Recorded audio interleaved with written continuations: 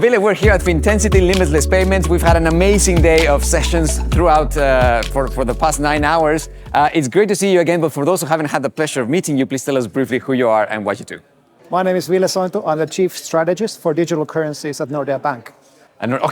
So the first question comes to mind is, how is it that Nordea has now joined the bandwagon on digital currencies when before they were always a bit like, oh, well, we're not sure if you want to go into this space. Tell us a bit, what's Nordea thinking these days? I think the realization that digital currencies are going to be part of the future of banks, regardless whether they want it or not, has been a realization again at Nordea as well as other banks too. And the big reason for that, of course, is the fact that the central banks are becoming active in this space. So central bank digital currencies are going to be in the future of banks in next to 3 to 4 years, according to what the European Central Bank is saying at the moment. And this really gives no option for the banks. So they have to comply with the central bank digital currencies and at the same time realize that digital currencies are much more broader opportunity perhaps than just complying with the public part of that central bank part of the conversation.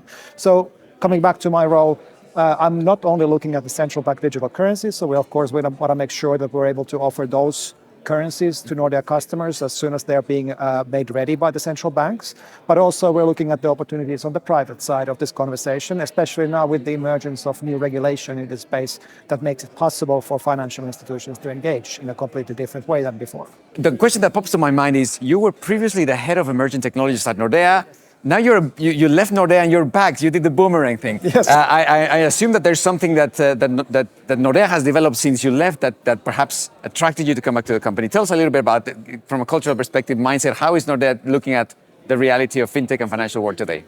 What actually brought me back to Nordea was, of course, that again, I never really left Nordea because it's always been a very good environment for me to be in. I got the chance to run strategy at Ericsson for a year and a half, which was a great opportunity for me to explore more on the emerging markets side and mobile wallets part of the conversation. But coming back to Nordea, it was actually one thing that actually triggered that conversation, and that was really my involvement with the European Central Bank's Digital Euro project. So I was part of the market advisor group for the ECB, private sector market advisor group for the ECB for the Digital Euro.